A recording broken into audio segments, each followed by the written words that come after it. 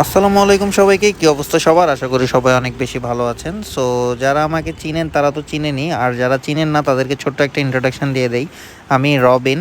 আমার হচ্ছে basically cycling video করা হয় এবং আমাকে যারা হচ্ছে পার্সোনালি চিনেন বা ফলো করেন তারা জানেন আমি স্টোরিতে হচ্ছে বিভিন্ন সাইক্লিং ভিডিও অ্যান্ড স্ন্যাপ দিয়ে থাকি। তো আমি আসলে ওইরকম কোনো স্টান্ট রাইডার বা ওইরকম কোনো সাইকেলিং ফিগার না। আমি বেসিক্যালি হচ্ছে বিভিন্ন পার্সোনাল কাজে সাইকেল নিয়ে বের হই।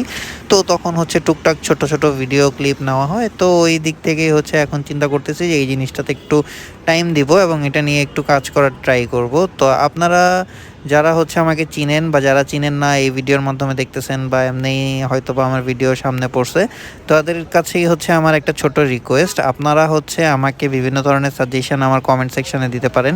যে আমার ভিডিওর স্টাইলটা কি এইটা ঠিক আছে কিনা, বা আমি হচ্ছে কি ধরনের আপগ্রেডেশন আনতে পারি আমার ভিডিওতে, আমার ক্যামেরা সেটআপ ঠিক আছে কিনা, আমার কথা বলার স্টাইল, মাইক্রোফোন, এই সব কিছু নিয়ে আমাকে হচ্ছে ছোটোখাটো করে সাজেশন দিবেন। আমি হচ্ছে জিনিসগুলোকে ইমপ্রুভ করতে চাচ্ছি এবং এইটা সাইকেলিং ভিডিও করলে বেটার হবে না মোটো ব্লগিং করলে বেটার হবে সেটাও একটু জানাবেন।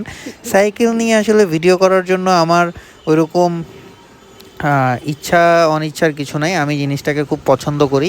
আমি সাইকেল রাইড করতেও খুব পছন্দ করি। আমার কাছে মনে হয় এটা খুবই ইকো ফ্রেন্ডলি একটা জিনিস। ঢাকা শহরে মানে হচ্ছে আপনার লোকাল ট্রান্সপোর্টেশন ইউজ করা, বাস বা এই ধরনের জিনিসপত্র, এগুলো একটা হ্যাসেলের কাজ। হ্যাঁ, বাইক তো ফিউল ক্রাইসিসের কারণে বাইক জিনিসটা আরও কস্টলি হয়ে গেল। হ্যাঁ, এই ছাড়া হচ্ছে যদি আমরা টেসলা ইউজ করি, টেসলাতে উঠলেই নামলে ধরেন 50 থেকে 70 টাকা ভাড়া চলে আসে।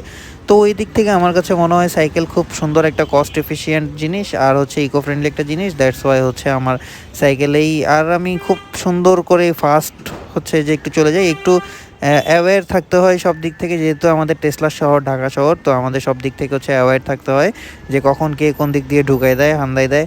তো ওই কারণেই হচ্ছে একটু প্যারা, কিন্তু আদারওয়াইজ আমার কাছে মনে হয় খুবই ফাস্ট আমি আমার ডেস্টিনেশনে যেতে পারি আমার 10 থেকে 15 কিলোমিটার রেডিয়াসের ভিতর। তো এই কারণেই হচ্ছে এটা নিয়ে এখন শ্যুট করা, এটা নিয়ে বের হইছে। আজকের ওয়েদারটা ঢাকা শহরে খুবই সুন্দর, কিন্তু দেখা যাচ্ছে চিটাগং বা অন্যান্য জেলায় আসলে বৃষ্টিতে ডুবে গেছে, কিন্তু ঢাকায় খুব একটা বৃষ্টিও হয় নাই। তো এই ওয়েদারেই হচ্ছে সাইকেলটা নিয়ে একটু বের হইলাম, কারওয়ান বাজার গিয়েছিলাম, ওইখান থেকে হচ্ছে বাসায় আবার ব্যাক করতেছি। আমার বাসা হচ্ছে রাজার বাজারের মধ্যে। এই এলাকায় যারা আছেন অবশ্যই কমেন্ট সেকশনে একটু জানাবেন। হ্যাঁ, এই এলাকায় খুবই খুবই ইতিহাস, খুবই অনেক কিছুই। তো যারা থাকেন অবশ্যই জানাবেন। তো ওই পাশে হচ্ছে এশিয়া প্যাসিফিক ইউনিভার্সিটি ছিল। এইটা হচ্ছে একটা শর্টকাট রাজার বাজার দিয়ে যাওয়ার জন্য, ফার্ম গেটের ওই দিক দিয়ে।